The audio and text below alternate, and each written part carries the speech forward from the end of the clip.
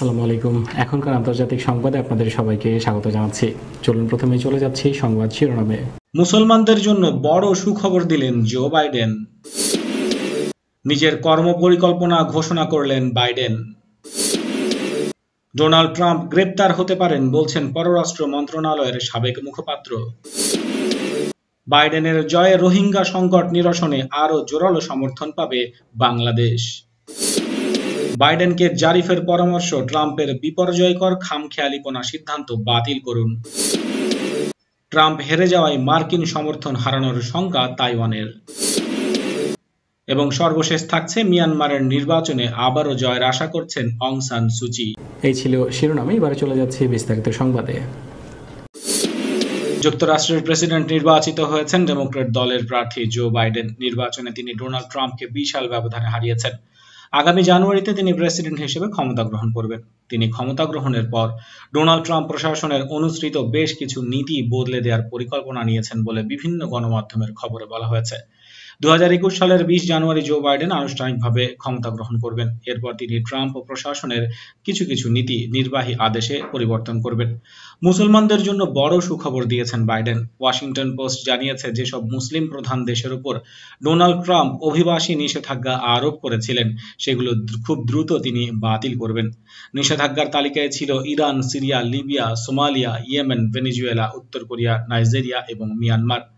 আফ্রিকার দেশ সুদানও এই তালিকায় ছিল, তবে পরবর্তীতে সৌদি নেতৃত্বাধীন আরব জোটে যোগ দিয়ে ইয়েমেনের বিরুদ্ধে যুদ্ধে অংশ নেওয়ার কারণে সুদানকে সন্ত্রাসী তালিকা থেকে বাদ দেয় ট্রাম্প প্রশাসন। এছাড়া যেসব কিশোর তরুণ অবৈধভাবে তাদের স্বপ্ন পূরণের জন্য আমেরিকায় প্রবেশ করেছে তাদেরকে সে দেশে থাকার অনুমতি দেবেন বলে জানিয়েছেন বাইডেন। তিনি এ সংক্রান্ত একটি আইনও পুনর্বহাল করতে চাচ্ছেন। প্রেসিডেন্ট ট্রাম্প প্যারিস জলবায়ু চুক্তি থেকে বেরিয়ে গেছেন, এটিও পুনর্বহাল করতে চান জো বাইডেন। যুক্তরাষ্ট্রের 46তম প্রেসিডেন্ট হিসেবে ডেমোক্রেটিক পার্টির প্রার্থী জো বাইডেন জয়ী হওয়ায় বাংলাদেশ মার্কিন সম্পর্ক বিগত বছরগুলোর চাইতে আরও ইতিবাচক হবে বলে জানিয়েছেন বাংলাদেশের পররাষ্ট্রমন্ত্রী এ কে আব্দুল মোমেন। বিশেষ করে বাইডেন প্যারিস জলবায়ু চুক্তি বাস্তবায়নের ঘোষণা দেয়ায় বাংলাদেশ পরোক্ষভাবে হলেও এর সুবিধা ভোগ করবে বলে তিনি জানান। তিনি বলেন, বাংলাদেশকে দেয়া জিএসপি বা বিশেষ বাণিজ্য সুবিধা বাইডেন সরকার পুনর্বহাল না করলেও ব্যবসা বাণিজ্যের আরও কিছু ক্ষেত্র প্রসারিত হতে পারে। এছাড়া রোহিঙ্গা সংকট নিরসনেও বাংলাদেশের পক্ষে যুক্তরাষ্ট্রের নৈতিক সমর্থন আরও জোরালো হবে বলে তিনি মনে করছেন। বাংলাদেশের পররাষ্ট্রমন্ত্রী বলেন, ডেমোক্রেটিক পার্টির নীতি মূল্যবোধের সাথে বাংলাদেশ কিছু কিছু জড়িত আছে। এ কারণে বাইডেন সরকারের সাথে আমাদের সম্পর্ক পজিটিভ হবে। প্যারিস জলবায়ু চুক্তি, আন্তর্জাতিক বাণিজ্য, মানবাধিকার এমন আরও নানা ইস্যুতে বাইডেন সরকারের অবস্থান বেশ বলিষ্ঠ। বাংলাদেশ এ থেকে উপকৃত হবে বলে মনে করেন তিনি। বাইডেন সরকার অভিবাসন বান্ধব হওয়ায় বাংলাদেশ সরাসরি এর সুবিধা পাবে বলেও জানান তিনি। যুক্তরাষ্ট্রে অভিবাসন প্রত্যাশীরাও মনে করছেন, উদার নীতির এই সরকার ক্ষমতা গ্রহণ করায় আমেরিকায় বাংলাদেশিদের প্রবেশ ও বসবাসের সুযোগ বাড়বে। যুক্তরাষ্ট্রের অ্যারিজোনা অঙ্গরাজ্যে 3 বছর ধরে আছেন বাংলাদেশের কুমিল্লার বাসিন্দা আসাদ আজিম। তিনি বলেন, এবারে সাধারণ নির্বাচনের সময় ঘনিয়ে আসতেই তিনি সেখানকার অভিবাসীদের দেখেছেন জো বাইডেনের পক্ষে তাদের দৃঢ় সমর্থন জানাতে। ডেমোক্রেটরা যেহেতু ঐতিহাসিকভাবে উদারনৈতিক, তাই বাইডেনের জয়ের ফলে যুক্তরাষ্ট্রের বাংলাদেশি অভিবাসীরা সুনির্দিষ্ট কিছু ক্ষেত্রে লাভবান হবে বলে আশা করছেন তিনি। তিনি মনে করেন, এর ফলে বাংলাদেশিদের ভিসা দেওয়ার হার যেমন বাড়বে, সেই সঙ্গে ভিসা প্রক্রিয়াও সহজ হবে। এছাড়া যুক্তরাষ্ট্রে উচ্চশিক্ষা নিতে যাওয়া শিক্ষার্থীদের পড়াশোনার পর কাজের সুযোগ, সেই সঙ্গে নাগরিকত্ব পাওয়ার সম্ভাবনাও বাড়বে বলে তিনি জানান। ট্রাম্পের শাসনামলে যুক্তরাষ্ট্রের ইমিগ্রেন্ট ভিসা সুবিধা বন্ধ করে দেওয়া হয়েছিল, যা বাইডেনের জয়ের কারণে যুক্তরাষ্ট্র অভিবাসন ভিসা পুনরায় চালু হবে এবং বহু অভিবাসন প্রত্যাশী আমেরিকায় স্থায়ীভাবে বসবাসের সুযোগ পাবে বলে আশা করছেন সেখানে যেতে ইচ্ছুক বাংলাদেশিরা। যাদের ভিসার মেয়াদ এখনো শেষ হয়ে গেছে এবং অবৈধভাবে বসবাস করছেন তাদেরও বৈধতা পাওয়ার সুযোগ সৃষ্টি হতে পারে বলে আশা করা হচ্ছে। এ ব্যাপারে সাবেক পররাষ্ট্র সচিব তৌহিদ হোসেন মনে করেন, বাইডেন জয়ী হওয়ায় বাংলাদেশ প্রত্যক্ষ না হলেও পরোক্ষ কিছু সুবিধা পাবে। বাইডেন শুরু থেকেই বলে আসছিলেন তিনি প্যারিস চুক্তি বাস্তবায়ন করবেন। তৌহিদ হোসেন বলেন, বাংলাদেশ যেহেতু জলবায়ু পরিবর্তনের ফলে ক্ষতিগ্রস্ত এবং প্রাকৃতিক দুর্যোগ প্রবণ, এ কারণে বাইডেন ওই চুক্তিতে ফিরলে ক্ষতিগ্রস্ত দেশ হিসেবে বাংলাদেশের আগের চাইতে বেশি ক্ষতিপূরণ পাওয়ার সম্ভাবনা বেশি থাকবে। ডোনাল্ড ট্রাম্পকে হারিয়ে যুক্তরাষ্ট্রের প্রেসিডেন্ট নির্বাচনে জয়ী হয়েছেন ডেমোক্র্যাট প্রার্থী জো বাইডেন। আগামী 20 জানুয়ারি তিনি প্রেসিডেন্ট হিসেবে দায়িত্ব গ্রহণ করবেন। আনুষ্ঠানিক দায়িত্ব নেওয়ার পর সবার প্রথমে বাইডেন যে পদক্ষেপগুলো নেবেন, ইতিমধ্যেই সে বিষয়ে তিনি তার পরিকল্পনা ঘোষণা করেছেন। প্রথমে রয়েছে মহামারী মোকাবেলায় পরিকল্পনা।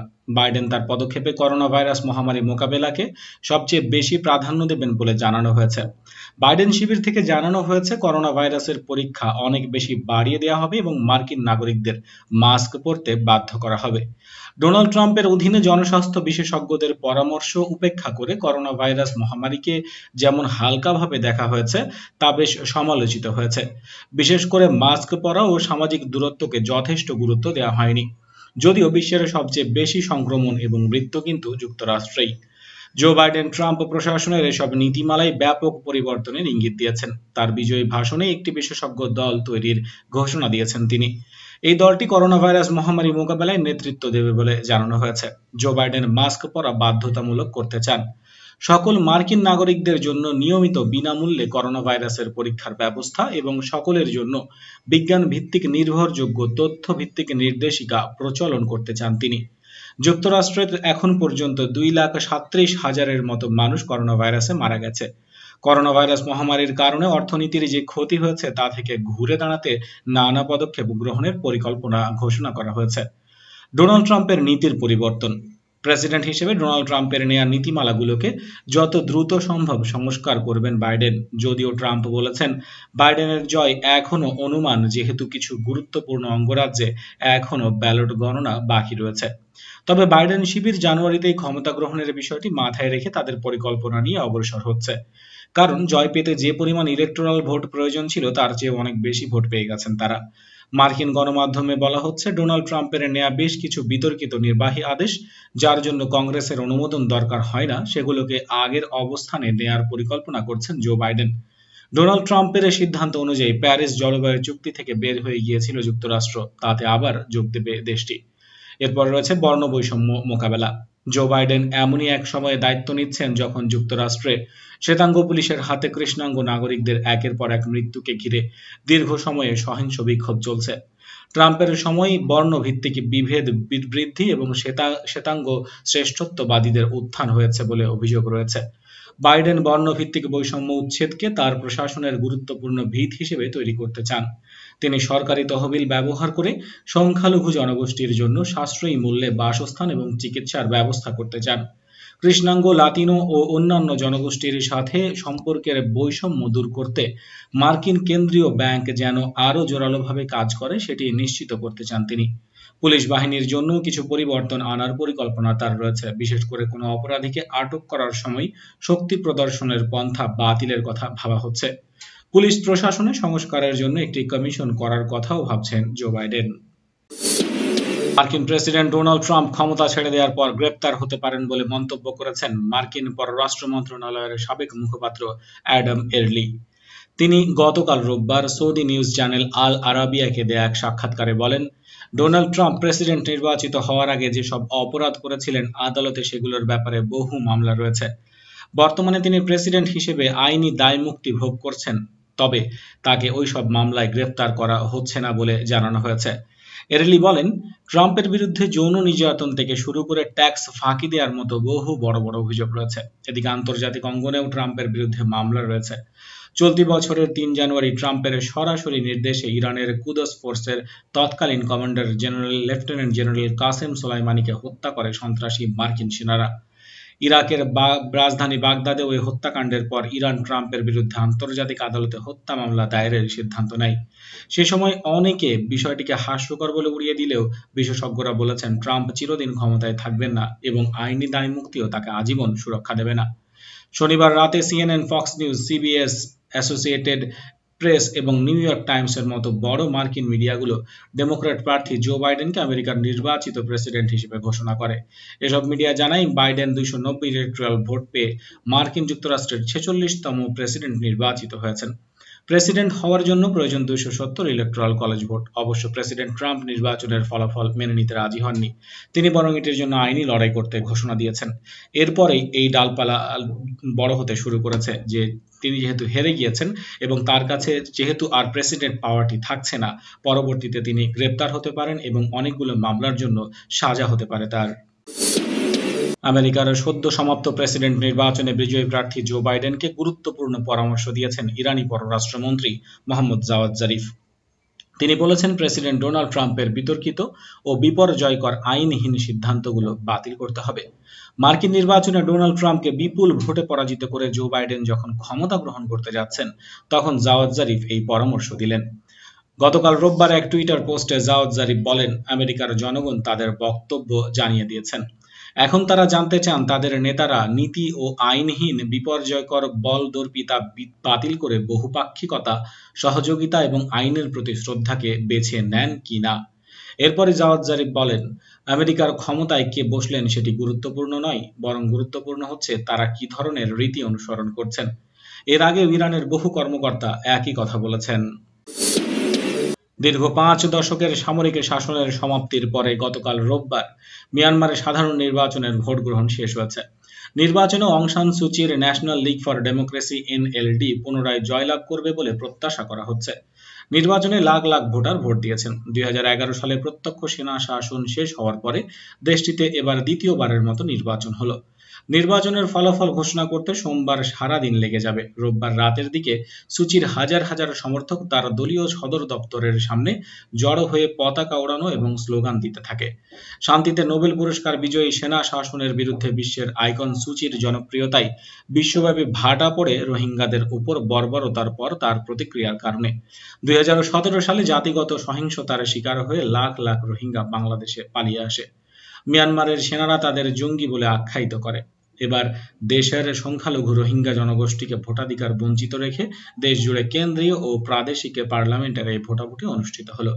বিশেষ করে রাখাইন, শান, কাচিনের মতো এলাকা, যেখানে অনেক ক্ষুদ্র নৃগোষ্ঠী বাস করে, নিরাপত্তা অজুহাতে এসব স্থানে ভোট গ্রহণ বন্ধ করা হয়েছে। মিয়ানমার সেনাবাহিনী গণহত্যা চালিয়ে 7,40,000 রোহিঙ্গা জনগোষ্ঠীকে দেশ থেকে তাড়িয়ে দিলেও এখনো বিপুল সংখ্যক রোহিঙ্গার বসবাস রাখাইন রাজ্যের পশ্চিম অংশে। এদিকে করোনা ভাইরাসের মহামারী সত্ত্বেও বিপুল ভোটার উপস্থিতি দেখা যায় ভোর 6টা থেকে বিকেল 4টা পর্যন্ত।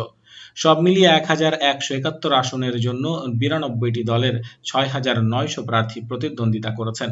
সুচির এনএলডির প্রধান প্রতিদ্বন্দ্বী দুটি দল হল ইউনিয়ন সলিডারিটি এবং ডেভেলপমেন্ট পার্টি।